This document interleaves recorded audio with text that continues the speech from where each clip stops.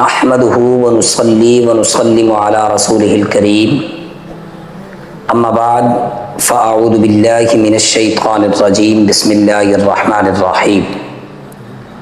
تیرے راستے میں مر مٹنا شہادت اس کو کہتے ہیں، تیرے کوچے میں ہونا دفن جنت اس کو کہتے ہیں، ریاضت نام ہے تیری گلی میں آنے جانے کا، ریاضت نام ہے تیری گلی میں آنے جانے کا، تصور میں تیرے رہنا عبادت اس کو کہتے ہیں۔ حضرات گرامی قدر، یکم محرم الحرام کو امیر المؤمنین خلیفۃ الرسول خلیفہ دوم حضرت عمر فاروق رضی اللہ تعالیٰ عنہ کی یوم شہادت کا دن ہے۔ آپ کا نام عمر اور کنیت ابو حفص، القاب فاروق امیر المؤمنین مراد رسول ہے، اور مدت خلافت 10 سال 6 مہینے اور 5 دن ہے۔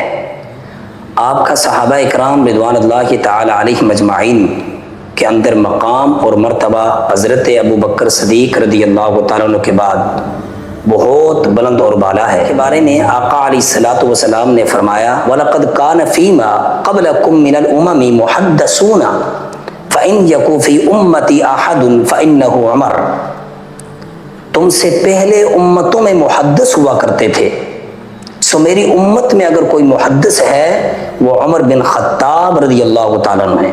پہلی امتوں میں اگر وہ لوگ نبی تو نہ ہوتے لیکن محدث ہوتے، اور محدث اسے کہتے ہیں کہ جس کی زبان پر فرشتے گفتگو کریں، جس پر رب العالمین کا الہام نازل ہو، اسے محدث کہتے ہیں۔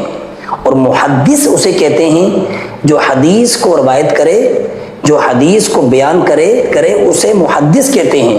اور محدث اسے کہتے ہیں کہ جس کی جو بلا واسطہ اللہ رب العالمین جس کے دل پر الہام نازل فرمائے اسے محدث کہتے ہیں۔ سرکار دو عالم نور مجسم صلی اللہ علیہ وسلم نے فرمایا کہ حضرت عمر فاروق رضی اللہ تعالیٰ عنہ کی زبان پر اور دل پر رب تعالیٰ نے حق کو نازل فرما دیا ہے۔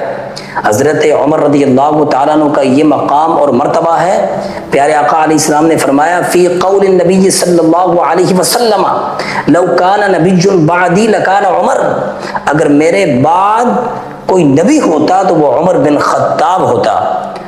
اس احادیث کی روشنی میں ہمیں یہ معلوم ہوتا ہے کہ آقا علیہ الصلوۃ والسلام خاتم النبیین ہیں، حضور کے بعد کوئی دوسرا نبی نہیں ہے۔ آقا علیہ الصلوۃ والسلام پر نبوت کے دروازے بند کر دیے گئے ہیں، حضور پر ختم نبوت ختم ہو چکی ہے، لیکن سرکار نے فرمایا اگر میرے بعد کوئی نبی ہوتا تو وہ عمر بن خطاب ہوتا۔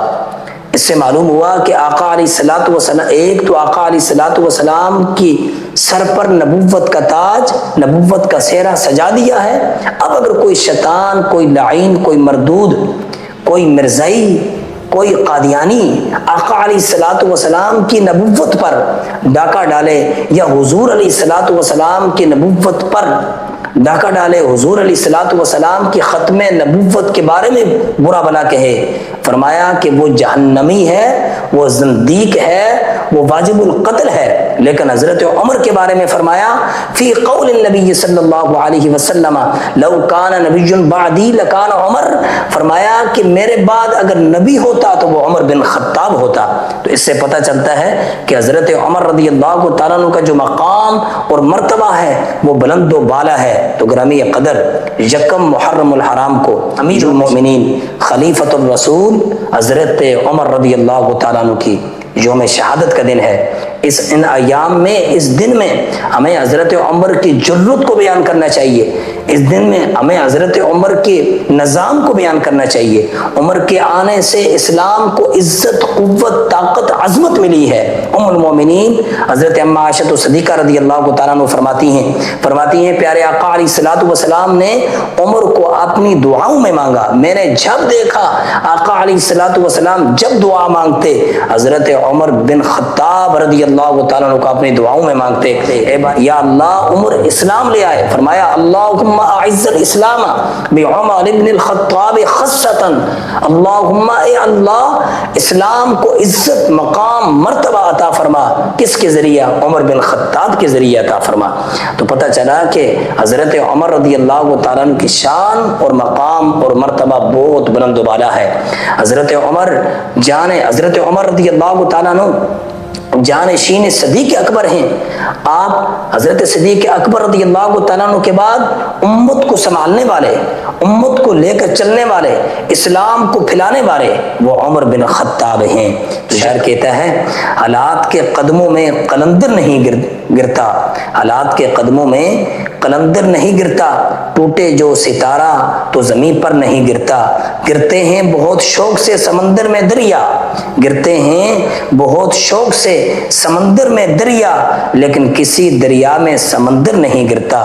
زینت کے خزانے کو الماس کہتے ہیں، زینت کے خزانے کو الماس کہتے ہیں، لگے تڑپ پانی کی تو اسے پیاس کہتے ہیں، یوں تو سب کی پیاس بجھاتا ہے دریا، یوں تو سب کی پیاس بجھاتا ہے دریا، جو دریا کی پیاس بجھائے اسے عمر بن خطاب کہتے ہیں۔